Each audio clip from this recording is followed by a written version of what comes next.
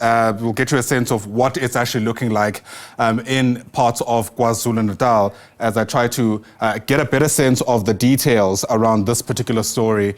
The N2 northbound at Nandi Drive being closed off to traffic. That, of course, is in Durban. Mlondi Radebe is part of our team who's actually watching those developments and joins us now live. Mlondi, from what we've heard, the reporting that has come through our way, this has caused massive traffic jams. What can you tell us?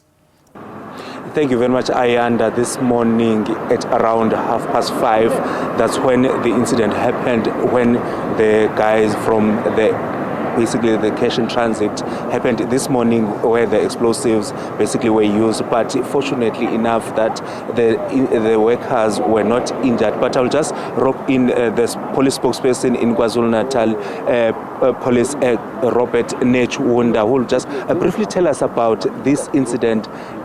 Colonel, thank you very much for your time. Briefly about this incident here in Queen Nandi Drive. Earlier this morning, we got reports that there was a cash in transit in progress. When we responded here, we found that the suspect had successfully blown up the vehicle and left with an undisclosed amount of money. But we need to applaud our police officer because he was driving behind the cash in transit vehicle, so the suspects opened fire at him, but he managed to return fire and move to safety. We are thankful that he survived the shooting. And all in all, the search is underway for the suspects. For now, nobody has been arrested as yet, but the team is already on the ground trying to establish where they could have gone. Colonel, last year in October, there were two incidents that happened and they just stone throw away from where we are, if you remember, in Guamashu, and as well as next to the garages here on the N2. And recently, the police managed to shoot some of the CIT suspects in Phoenix. Tell us more about this. All we can say is that these suspects, they are cold-blooded criminals who are willing to kill to get the money. It is a worrying factor that our PC has been on record talking about it, that how does it come that we hardly hear that there was a CIT and suspects didn't get any money in the vehicle. All the time when they hit the vehicle, there's money in there. This vehicle was hit when it left from the depot this morning, from New Germany. They were going to service ATMs. Suspects knew there was money. They knew the time of the truck. They knew the route. So it's a worrying factor. The one you are talking about, which happened not far from here, it was in the evening. It just made its last stop to collect money, going back to the depot. It had money. So we need to find out who's informing the criminals about the movements of these vehicles and how much money they have. Because if they were guessing, they will at least hit a car or a vehicle without money. But every time they hit, there's money. Just 2 days ago, there was another failed cash in CBD in Durban.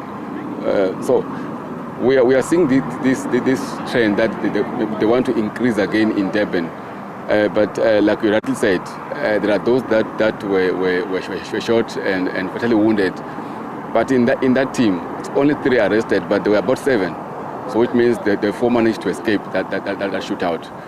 It could be them, it could be another team, but surely there's a syndicate at play. Is this concerning to the province of KwaZulu-Natal? It is quite concerning because these criminals are heavily armed. If you look at the exhibits here, they are firing with R5, they are firing with AK-47s. They are heavily armed.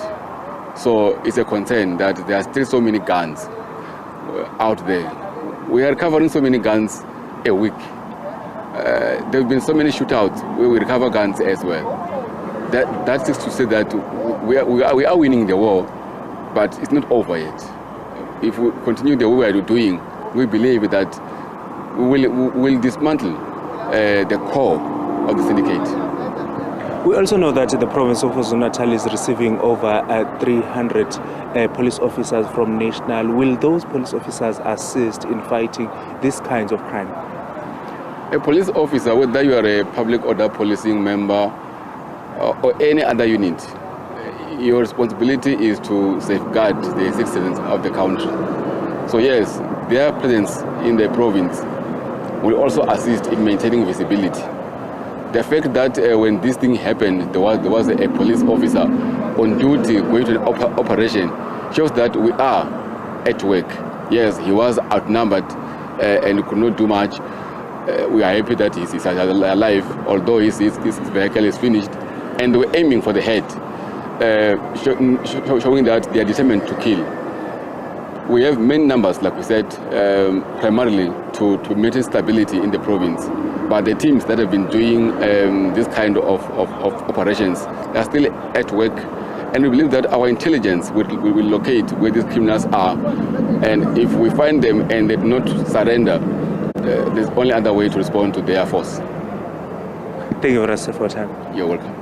There was Colonel Robert Nechuwonda briefing us in relation to this incident. I'll just step out of the shot so that Sbusiso Matebula will show you this crime scene. This crime scene is just on the N2 northbound, leaving from the Queen Nandi Drive area in the area of Guamashu. So there's also a vegetation next to this road, but it seems as if the criminals were trying by all means to get the cash, but at the end of the day, the police officer was driving behind them and managed basically to assist when this thing happened, Ayanda. But we are not sure at this point in time how far the police will be able to get these criminals, because recently in Phoenix, 2 were shot, 1 was taken in and or arrested. But for now, it seems as if these kinds of crimes are still mushrooming in the province of KwaZulu-Natal, which are raising a concern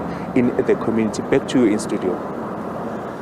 All right, Mlondi Radebe, thanks very much indeed. Mlondi is live to us there from Durban in KwaZulu-Natal as we continue watching that developing story unfolding, of course, along Queen Nandi Drive. Long, snaking traffic jams for much of the morning on that route, which does affect the route, by the way, to King Shaka International Airport. It's a story certainly sharply on our radar.